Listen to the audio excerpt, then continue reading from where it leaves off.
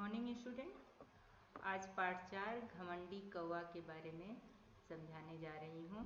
अब देखिए, आप लोगों को ये चित्र बना हुआ है, आपको किस बात पर घमंड है, ठीक है।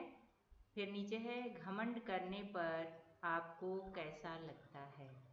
फिर नीचे जाइए, देखिए कितने सारे क्वेश्चन आपसे पूछे गए हैं। आपको घमंडी लोग कैसे लगते हैं और क्यों, घमंडी के साथ दूसरे कैसा व्यवहार करते हैं। तो बेटा एक चीज और समझ जाइए, घमंड नहीं होना चाहिए, गर्व। देखिए घमंड के कई पर्यायवाची होते हैं, गर्व, घमंड, अहंकार।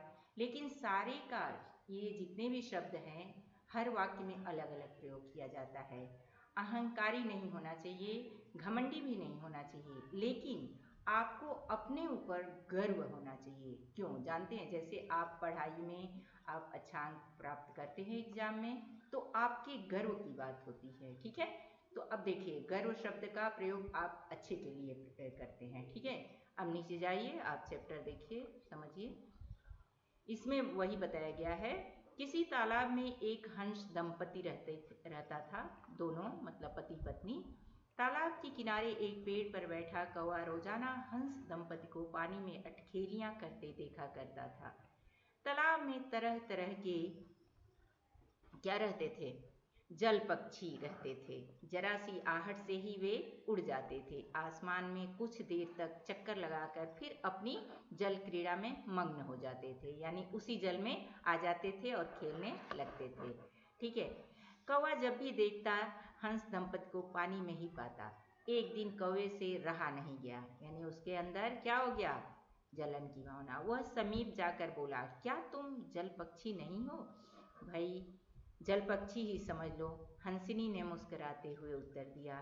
तुम हमेशा तैरते रहते हो, क्या तुम्हारे पंख नहीं हैं? कौवे ने अधीरता से पूछा। हंस बोला, बिना पंख के जल पक्षी कैसा? तुमने हमें उड़ते हुए नहीं देखा? इसका मतलब यह तो नहीं कि हमें उड़ना नहीं आता। यह कहकर हंस आकाश की ओर देखते ही सोचने लगा कि कौवा उन लोगों के समान है जो दूसरों को अपने सामने कुछ नहीं समझते। अचानक कौवे को तालाब के किनारे मरी हुई मछली दिखाई दी। वह मछली को चोंच में दबाकर ले उड़ा, चोंच मतलब मुंह में, और पेड़ की डाल पर बैठकर खाने लगा उस मछली को, ठीक है। फिर अब क्या हुआ देखिए आगे। हंस दंपति बातें करते हुए जल क्रीड़ा में मग्न था। मछली खाकर कौवा कांव कांव करके मंडराता हुआ उनके पास आकर इधर उधर की बातें करने लगा। वे उसकी बातें कुछ देर तक तो सुनते रहे, फिर उन्होंने उसकी बेतुकी बातों पर कोई ध्यान नहीं दिया, क्यों, वो समझ रहा था कि ये फालतू बातें कर रहे हैं। उनका ध्यान आकर्षित करने के लिए कौवा आसमान में तरह तरह की कलाबाजियां दिखाने लगा, यानी अपनी तरफ खिंचाव के लिए कि वो मेरी तरफ देखने लगे। कभी पेड़ पर जा बैठता, कभी पेड़ से उड़कर हवा में तरह तरह के करतब दिखाता, कार्य दिखाता। कभी उनके ऊपर से सर से गुजरता, कभी जोर जोर से काव काव करता। उसकी हरकतों से ऐसा लगता था जैसे कह रहा हो, जिस तरह मैं उड़ सकता हूँ वैसे तुम नहीं उड़ सकते। उसकी हर हरकत से मूर्खता और घमंड प्रकट हो रहा था, यानी ऐसा लग रहा था कि वो उसको इंसल्ट कर रहा है। कौवा कौवा मूर्ख और घमंडी था। वह अपने आप को सबसे चतुर और बुद्धिमान समझता था। एक ही तालाब में रहते रहते हंसनी का मन ऊब गया था। एक दिन उसने हंस से कहा, चलो टापू पर चलें। टापू मतलब कहीं दूर चलें, एकदम ऊंची जगह पे, वहां झील में रंग बिरंगे फूल और कमल भी खिल गए होंगे।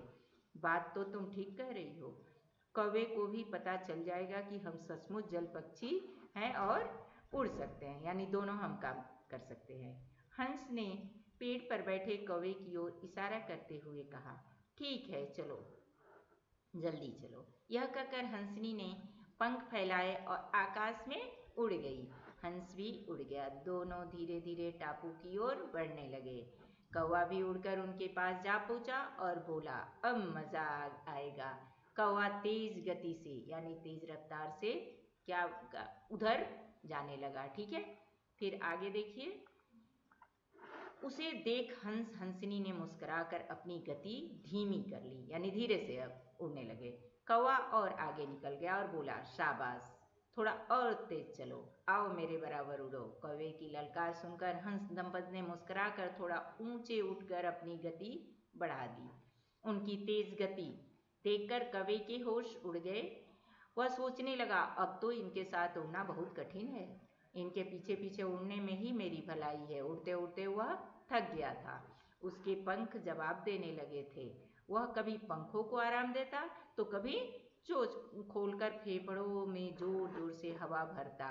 वह पूरी शक्ति से आगे बढ़ने का प्रयास करने लगा।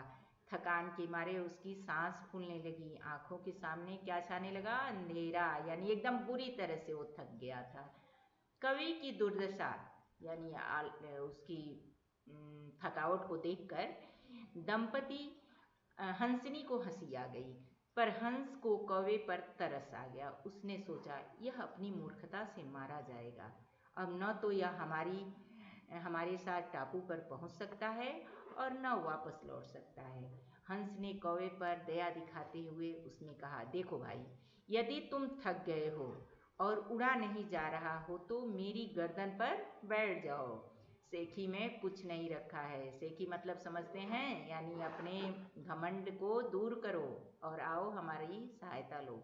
बिना बात मारे जाओगे, यानी बिना आप बेवजह से मर जाओगे, ये वो कह रही है।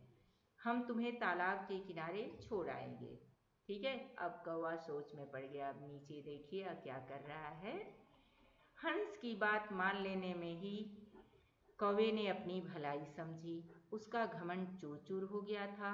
वह हार मानकर हंस की गर्दन पर बैठकर तालाब के किनारे पहुंच गया। फिर सिर झुकाकर वह पेड़ पर जा बैठा। हंसनी ने हंसते हुए हंस से कहा, घमंडी का सिर सदैव नीचा होता है। ठीक है, तो हमेशा आप गर्व करिए, घमंड मत करिए। ठीक, कौवे की तरह मत बनिए। ओके, धन्यवाद।